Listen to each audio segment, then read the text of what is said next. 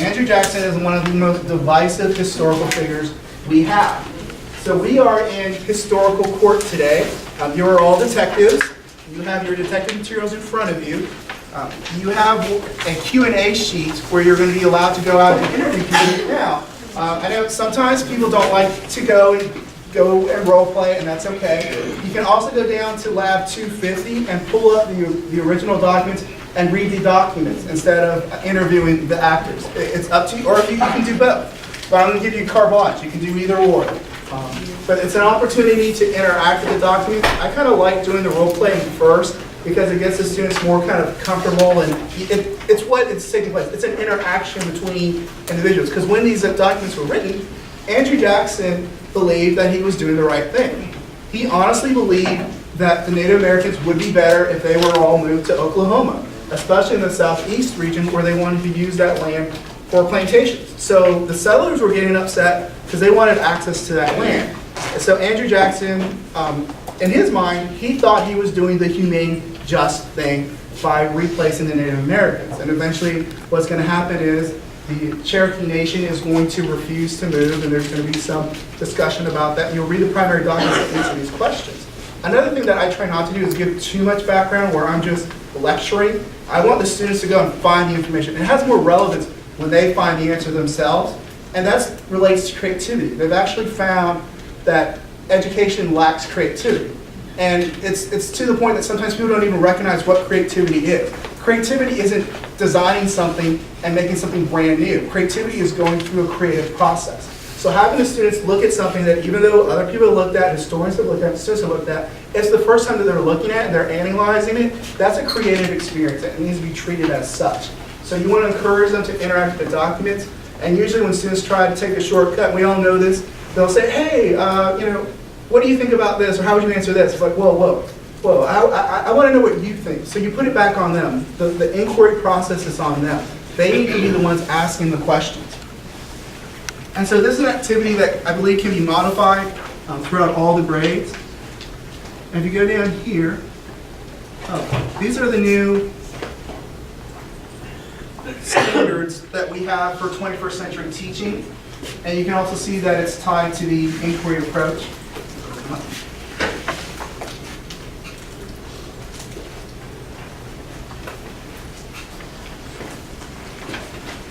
So we are in a situation where now we have things, I don't know how it happened, but the stars are aligned.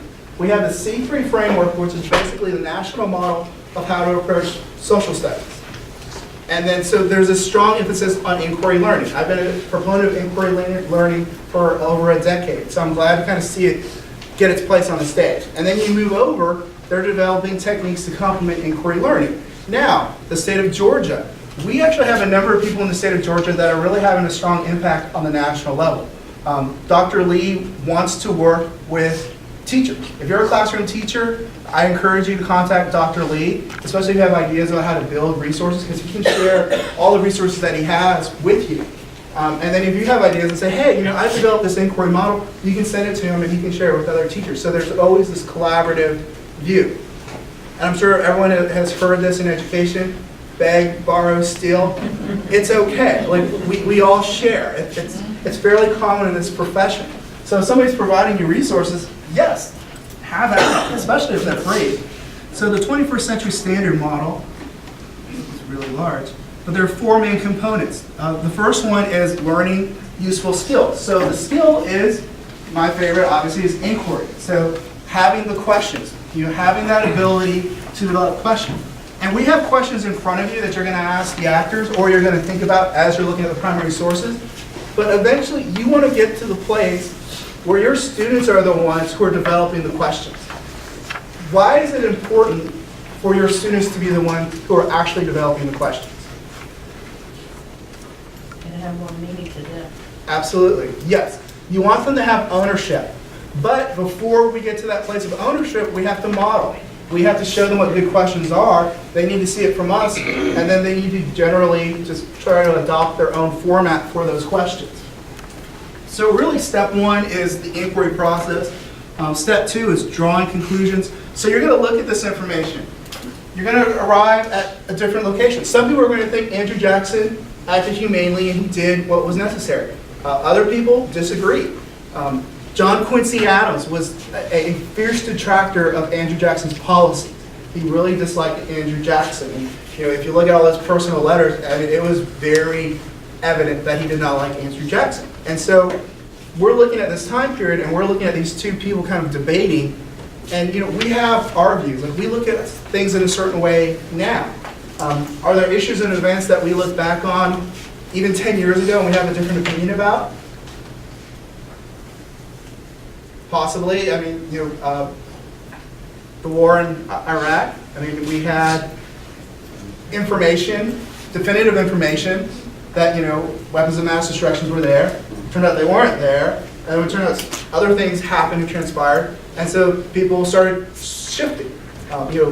When we initially started the engagement, over 90% of the U.S. population supported it. 10 years later, less than 50% supported. So what happened?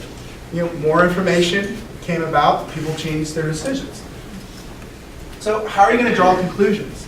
And this is really empowering for students. Whenever I do these types of activities, when I'm invited out to schools, it's really interesting when you see the students having these debates. And it's really working when you go to the lunchroom and they're still discussing their positions.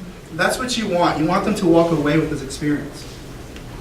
3, the opportunity to share their knowledge, to give them an opportunity to say, I reached this conclusion, now I'm going to share it with the general population. Because basically, on the Georgia Milestone Assessment, they're writing their opinions on a particular issue, or they're providing evidence on a position. And then the next aspect, which will be the probably next spring, is the application. Like, how do you take this information and apply it to your own life? So next spring's workshop is going to be based on you with your students and saying, this is what you can do with this information. Dr. Lee talked about that as well.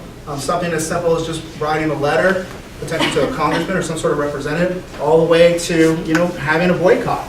I mean, all these different ways of having students get involved, and we'll discuss all of those ways. I lean towards the ways that won't get people arrested, but if you feel it's necessary, I will support you and try to help you build that model so that you can achieve your objectives, ideally for your students. So as we go down, we have some models. So here are the questions. So you should have a copy of this in front of you. So you can pull up these links by just typing them in. And then the Library of Congress, they also have their own detective types of activities, and there are 2 links to those as well. We won't have to go over those in detail, but they have their own system. So you can use my system, you can use their system, and there are other systems. There are plenty of different systems you can use to go through this process. There's also a thinking chart, that's the next link. That's also very helpful for me to have students kind of go through and analyze information as it's being discussed. So, our next step is we have a couple different options. One, you can take your materials and go around this floor. Yes, go around this floor and interview the actual figures. Now, these are individuals who have read through these primary sources, and you can ask them these questions, and they should be able to provide an appropriate response. If you need additional information, elementary, you can go to Lab 250, which is downstairs, and you can use that lab to pull up these links and read those sources yourself. The middle and high school, they can go to Lab 223, which is across the hall on the 2nd floor, and you can use that also as a resource. I'm going to give you about 30 minutes to go interview these people, but then we'll meet in lab. We'll meet in the computer lab around 11:30, even if you're not in there. We'll go and we'll round people up. And you're going to develop an Easily. Anybody in here use an Easily before? Anybody? Oh, awesome. I know most of the people I work with hate when I say this, but a new experience. I love new experiences. So an Easily is a chart that you can use to document your information. And this is really helpful for students.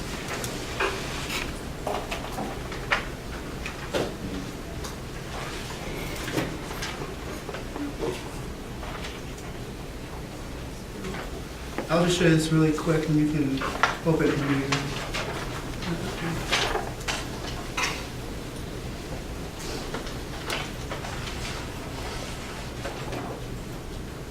Okay, so this is the Easily system. It's great for social studies teachers, but it's basically you're creating a computer-generated kind of mind map for your students, and they have different systems, so you don't have to create your own.